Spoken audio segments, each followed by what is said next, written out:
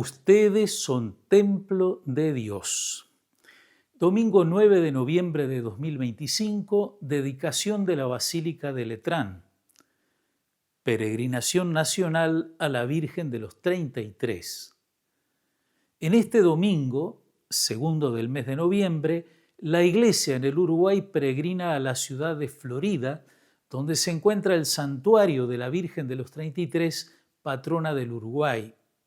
No es una peregrinación más, ya que este año se cumple el bicentenario del comienzo de esta advocación, es decir, del momento en que la imagen, antes conocida como Virgen del Pintado y después como Virgen del Luján, comenzó a ser llamada Virgen de los 33. Sin embargo, el calendario universal nos marca también en este día 9 la fiesta de la dedicación de la Basílica de Letrán, que se encuentra en la ciudad de Roma. Hay muchas basílicas en el mundo, varias de ellas en el Uruguay. Para quienes son de la ciudad de Paysandú o hemos vivido allí, decir la basílica nos evoca inmediatamente el templo de la parroquia Nuestra Señora del Rosario y San Benito de Palermo. Es una de esas iglesias que recibió del Papa ese título de honor. En el interior de las basílicas papales hay un distintivo que es una especie de sombrilla con los colores rojo y amarillo que se ubica cerca del altar. Sí, hoy basílica significa eso, un título que da el Papa a una iglesia que lo amerita por su importancia. Sin embargo, en su origen, basílica es un término arquitectónico. ¿Cuál es el origen de las basílicas en la iglesia? Para entender eso tenemos que irnos a la antigua Roma.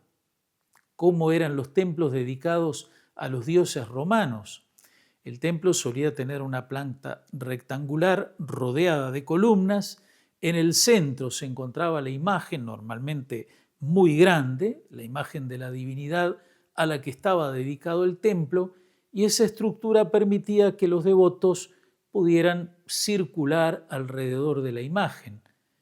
Pero ese templo no era un lugar de reunión. Por otro lado, en la arquitectura romana y antes en la griega, existía un edificio público que era llamado basílica, que tenía muchos usos, pero principalmente el de sede de tribunales. Estaba pensada como para que la gente pudiera reunirse en ella. Tenía una planta rectangular con una nave o espacio central separada por columnas de dos naves laterales. Al fondo sobresalía el ábside, lugar donde se ubicaban los jueces.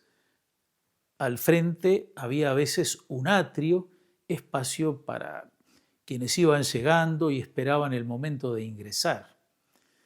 Cuando en el año 313 el emperador Constantino decretó la libertad de culto en el Imperio Romano, los cristianos, que desde los primeros tiempos se reunían y tenían sus celebraciones escondidos en catacumbas, comenzaron a construir sus templos con plantas similares a las de las basílicas, precisamente porque el culto cristiano se caracteriza por hacerse en asamblea, en la reunión de los fieles.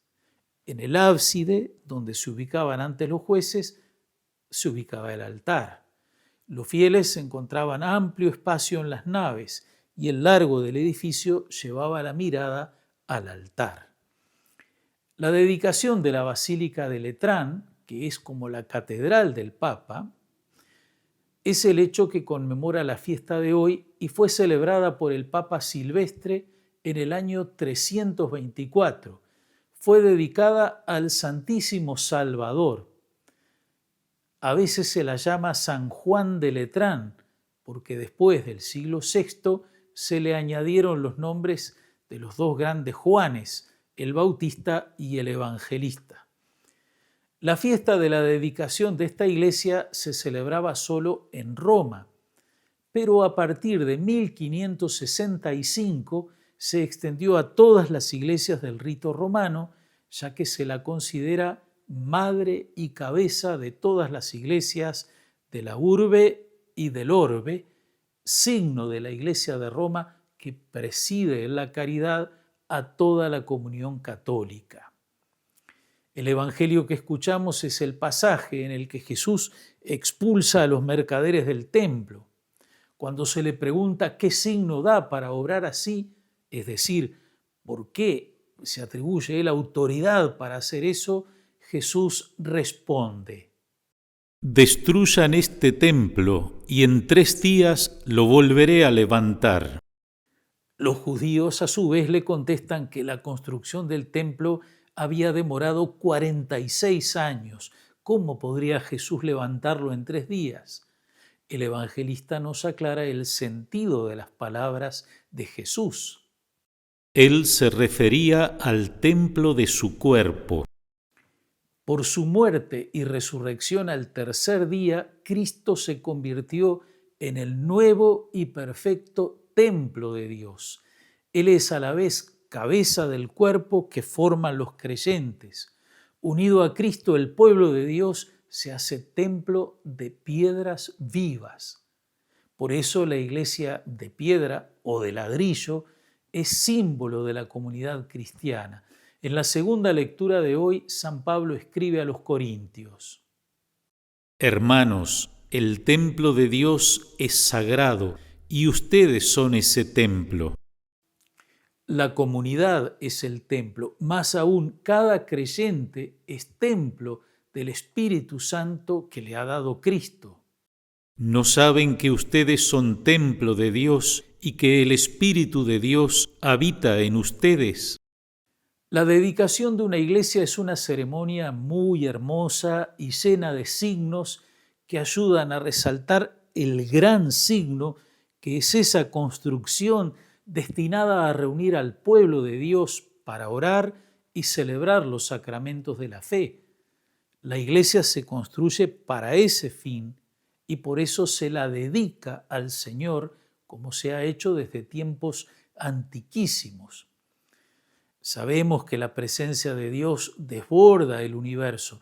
San Pablo llega a decir que Dios no habita en casas construidas por los hombres. Es posible rezar en cualquier sitio y aún en condiciones poco auspiciosas, pero el templo crea un entorno que busca ayudarnos para encontrar a Dios tanto en la oración comunitaria como en la oración personal. Y sobre esto se puede contar que la filósofa de origen judío Edith Stein, que se hizo monja con el nombre de Benedicta de la Cruz y fue asesinada e incinerada en Auschwitz, recuerda que su camino de conversión comenzó cuando vio a una mujer de pueblo que venía de hacer sus compras en la feria, que se detuvo y entró a una iglesia para hacer una breve oración.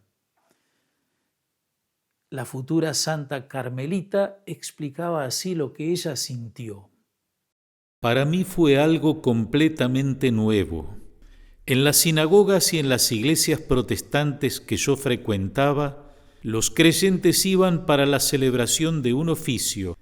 Sin embargo, en esta circunstancia, una persona entraba en una iglesia desierta para tener un coloquio íntimo.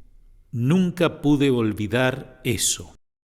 Entonces, que el Señor nos ayude a encontrarlo cada día personalmente y en comunidad, que hace en nosotros la docilidad para que Él nos haga su templo espiritual, la comunidad que lo adore en espíritu y en verdad.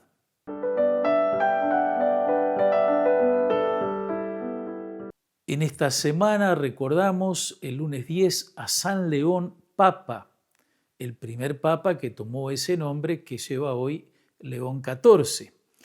El martes 11, San Martín de Tours, el soldado cristiano que partió su capa para abrigar al mendigo aterido de frío. El miércoles 12, San Josafat, mártir de la unidad de la Iglesia. El sábado 15, San Alberto Magno, gran teólogo, doctor de la Iglesia.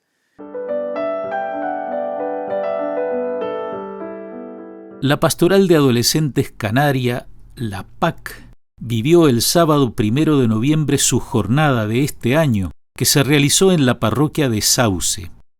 Vistos y escuchados fue el lema del encuentro, palabras que expresan lo que los adolescentes desean, ser más tenidos en cuenta. En el encuentro vivieron esa experiencia que llega a su culmen en sentirse vistos y escuchados por el mismo Jesús. Vamos juntos. 1, 2, 3. Gracias, amigas y amigos, por su atención. Que los bendiga Dios Todopoderoso, Padre, Hijo y Espíritu Santo. Amén.